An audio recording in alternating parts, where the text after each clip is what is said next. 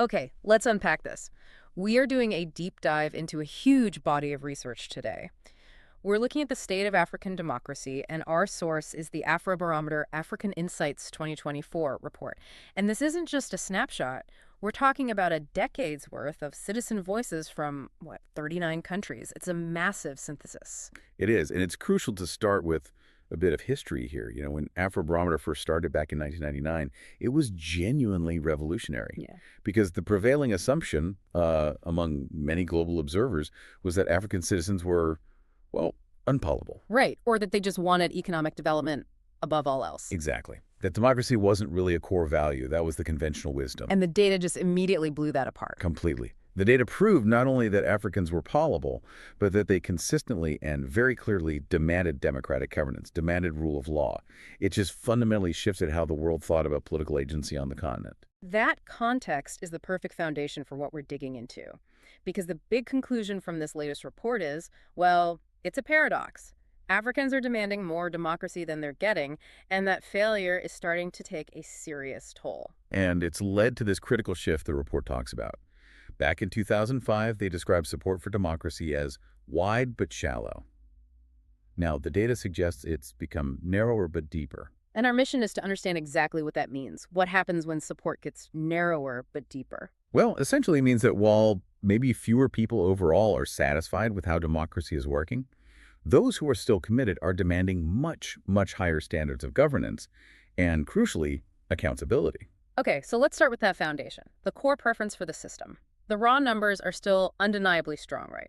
Two-thirds, a solid 66% of Africans, prefer democracy over any other system. And that's not just an abstract idea. It's backed up by huge majorities rejecting the alternatives. You're talking 80% rejection of one-man rule, 78% rejection of one-party rule. So there's this deep structural belief that power shouldn't be concentrated.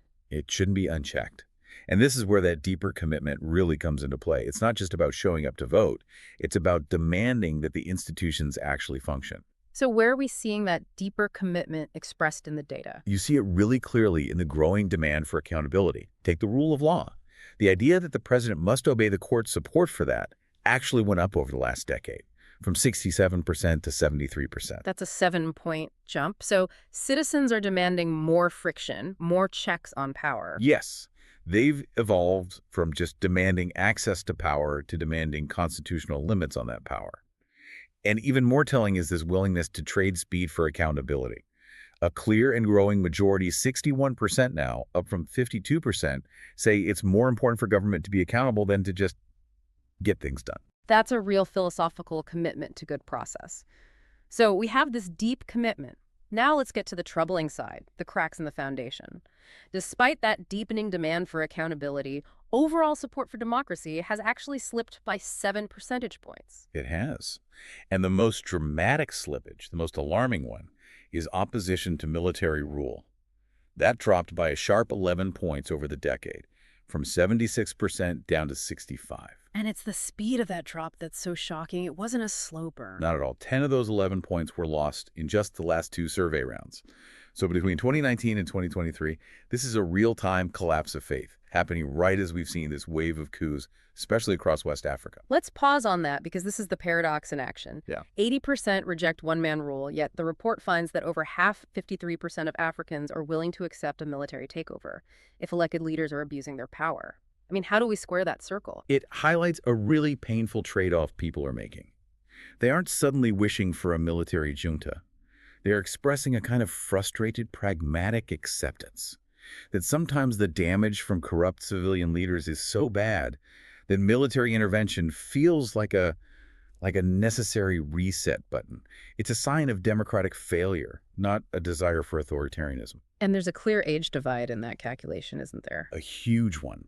Youth, so that's 18 to 35-year-olds, show much greater tolerance for it, 56% compared to 47% of older people. The older generations, they remember the brutal reality of past military dictatorships. But the youth's memory is dominated by the corruption and failures of the civilian governments they've grown up with. They're reacting to the crisis they see right now, and you see the results in places like Mali, where opposition to military rule just plummeted. 40 point. Or Burkina Faso, down 37 points. Mm. It shows how quickly political decay can normalize what was once unthinkable. It's important to keep the global context in mind, though. Absolutely. Even with these really worrying declines, that's 66% support for democracy in Africa. It's still significantly higher than in Asia, which is at 55%, or Latin America at 52%. The underlying demand is still very strong. Okay, so the demand side is strong, even deepening in some ways. But if citizens want democracy so badly, what are the governments actually delivering? Let's talk about that supply gap. Well, the perception of delivery is frankly dismal. Fewer than half, just 45% of Africans, believe their countries are actually democratic. And the satisfaction numbers, that's where the crisis really becomes clear. Only 37% are satisfied with how democracy works. That's an 11-point drop. So 2 out of every 3 citizens are dissatisfied. And this dissatisfaction is like an early warning signal, especially in countries that we used to see as success stories. I mean, satisfaction has collapsed in Botswana, down 40 points. Mauritius, also down 40 points. South Africa, down 35. Wow. When these stable, established democracies are faltering, it tells you the problem is systemic. It's a governance problem everywhere. And a big part of that failure seems to be the loss of trust in the one tool that's supposed to ensure accountability, the election. That's right. Support for elections as the best way to choose leaders fell 8 points. And while, 3/4 still say it's the best option, their assessment of the quality of those elections is dropping. Only 59% of citizens think their last election was free and fair. And if you doubt the quality, you're probably not going to trust the institutions running the election. A dangerously low trust. Trust in electoral commissions is at only 39%. Just think about what that means. If you're motivated to vote, but you don't trust the people counting your vote, the whole compact is broken. And we can't talk about government failure without hitting on corruption. It feels like the central villain in this whole story. It's the acid that just corrodes everything else. Yeah. 58% of people say corruption got worse in the past year. But the truly staggering figure is about high-level graft. 38% now see most or all officials in the presidency as corrupt. A 13-point increase. Yes. The perception is that there's total impunity at the very top, and that's what's driving this crisis of faith. Which brings us to the analytical heart of this report. It really challenges this long-held idea that poverty is what kills African democracies. For decades, that was the theory, that economic struggles would just overwhelm the democratic project. But the data paints a much more nuanced picture. It separates support for democracy from dissatisfaction with it. Okay, so what's the difference? Well, dissatisfaction, that's people complaining democracy isn't working for them, that's strongly linked to both a bad economy and bad politics. When people are poor and jobs are scarce, of course they're unhappy with the system. But does that economic stress make them want to throw out democracy altogether? Surprisingly, no. The data shows that the core preference, the support for democracy as a system, is remarkably resilient against those economic factors. Poverty and poor economic management don't seem to be the main things that make people say, forget democracy, I want a strong man. So, let me get this straight. People complain when the economy is bad, but they only reject democracy when the politicians themselves are corrupt and rigging the system. Precisely. If it's not the economy, what is it? The report points to 3 political vices that are most strongly linked to declining democratic preference. 1, declining election quality. 2, failure of the rule of law. And 3, rising corruption. Those are the fundamental political goods, and when they're denied, the whole system loses legitimacy. And there's a fascinating detail in that corruption data. It turns out that perceived corruption in local government is an especially powerful driver undermining support for democracy. More so than national level corruption. Why would that be? It's about visibility. It's about proximity. A minister stealing millions, that's abstract for a lot of people. Right. But when your local counselor is demanding a bribe for a market license or stealing from the school fund, you see that. You feel it directly. Tangible. It's tangible. It affects your daily life. And that direct failure is what just demolishes trust from the bottom up. Let's ground this in some real-world examples. South Africa seems like the perfect case study of this political decay. A 29-point drop in democratic support, 35-point drop in satisfaction. And it lines up perfectly with 82% of people saying corruption has increased. And then you have Mali, which is the textbook case of democratic collapse. Support for democracy fell from 75% all the way down to 39% after the coups. But at the same time, confidence in the military's ability to provide security almost doubled. It wasn't a vote for the military. It was a vote against a completely broken civilian government. But it's not all doom and gloom. The report does show some glimmers of hope, right? Proving that this isn't a one-way street. Absolutely. Hmm. Look at Kenya. They saw a growing demand for accountability, a 21-point jump in prioritizing it.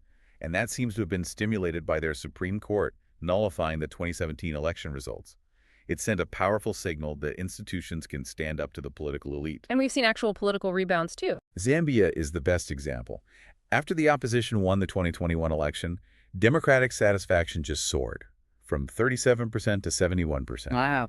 When elections are seen as free, fair, and delivering real change, citizens reward that system with trust.